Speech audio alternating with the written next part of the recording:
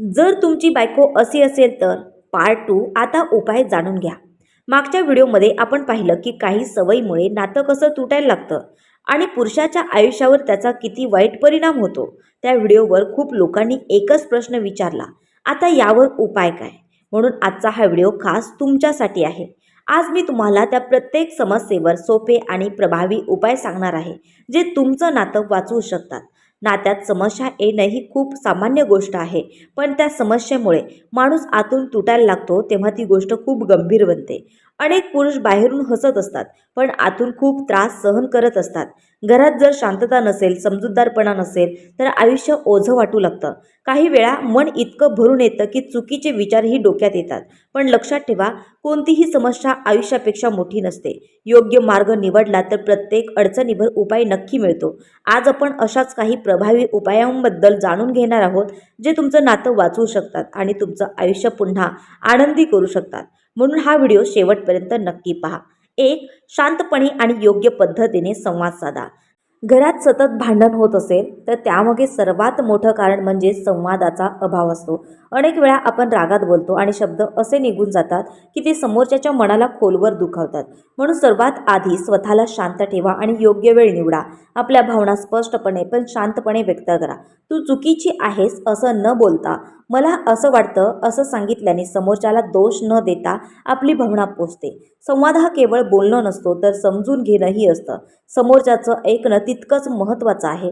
हळूहळू गैरसमज कमी होतात आणि नातं सुधारायला सुरुवात होते. म्हणून कोणतीही समस्या असेल तर शांत संवाद हा पहिला उपाय ठरतो. 2. स्वतःला मानसिकदृष्ट्या मजबूत बनवा.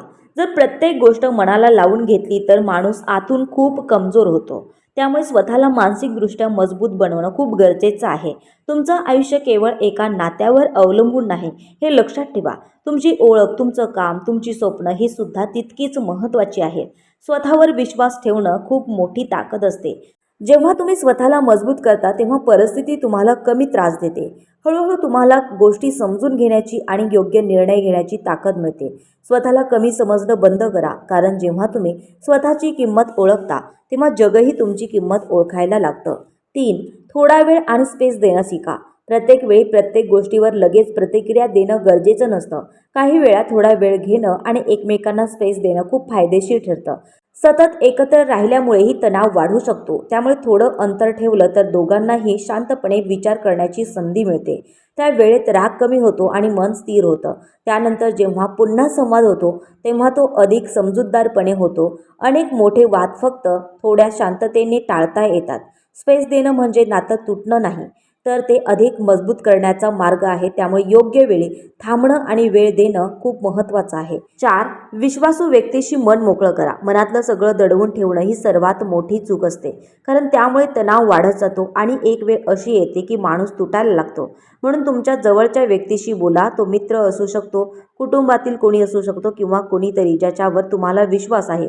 जेव्हा आपण मन मोकळं करतो तेव्हा आपल्याला हलकं वाटतं. कधीकधी बाहेरचा माणूस आपल्याला वेगळ्या दृष्टिकोनातून गोष्टी दाखवतो, त्यामुळे योग्य मार्ग सापडतो. एकटेपणात राहणं टाळा, कारण एकटेपणा मनाला अधिक त्रास देतो. मदत मागणं ही कमजोरी नाही, तर तीच खरी ताकद आहे.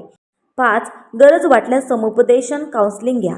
कधीकधी समस्या इतकी वाढते की स्वतःहून ती सोडणं कठीण होतं. अशा वेळी तज्ज्ञांची मदत घेणं खूप गरजेचं असतं. आजकाल रिलेशनशिप काउन्सिलिंग खूप प्रभावी ठरतं. समुपदेशक दोघांचंही म्हणणं शांतपणे ऐकतात आणि योग्य मार्गदर्शन करतात. त्यामुळे नात्यातील गैरसमज कमी होतात. अनेक जोडप्यांनी या मार्गाने आपलं नातं पुन्हा सुधारलं आहे. त्यामुळे यामध्ये लाज वाटण्यासारखं काहीच नाही. योग्य वेळी घेतलेला निर्णय आयुष्य बदलू शकतो. म्हणून गरज वाटल्यास मदत घेतल्यास अजिबात मागे हटू नका. 6. स्वतःसाठी वेळ काढणं खूप गरजेचं आहे. सतत तणावात राहिल्याने मन आणि शरीर दोन्ही थकून जातं. त्यामुळे स्वतःसाठी वेळ काढणं खूप गरजेचं आहे. तुम्हाला आवडणाऱ्या गोष्टी करा, थोडा वेळ स्वतःसोबत घालवा, व्यायाम करा, फिरायला जा, संगीत ऐका. यामुळे मन शांत होतं आणि विचार स्पष्ट होतात. जेव्हा मन शांत असतं तेव्हा आपण योग्य निर्णय घेऊ शकतो. स्वतःची काळजी घेणं ही स्वार्थीपणा नाही, तर ती एक गरज आहे, कारण तुम्ही आनंदी असाल तरच नातंही आनंदी राहू शकतं. 7. अपेक्षा कमी ठेवा आणि वास्तव स्वीकारा.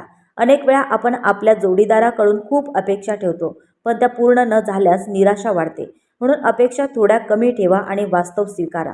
प्रत्येक माणूस परिपूर्ण नसतो, चुका सगळ्यांकडून होतात. जे आहे ते स्वीकारण्याची सवय लावा, यामुळे मनावरचा ताण कमी होतो आणि नात्यातील कटुता कमी होते. स्वीकार आणि समजूतदारपणा हे नातं टिकवण्याचे खरे आधार असतात.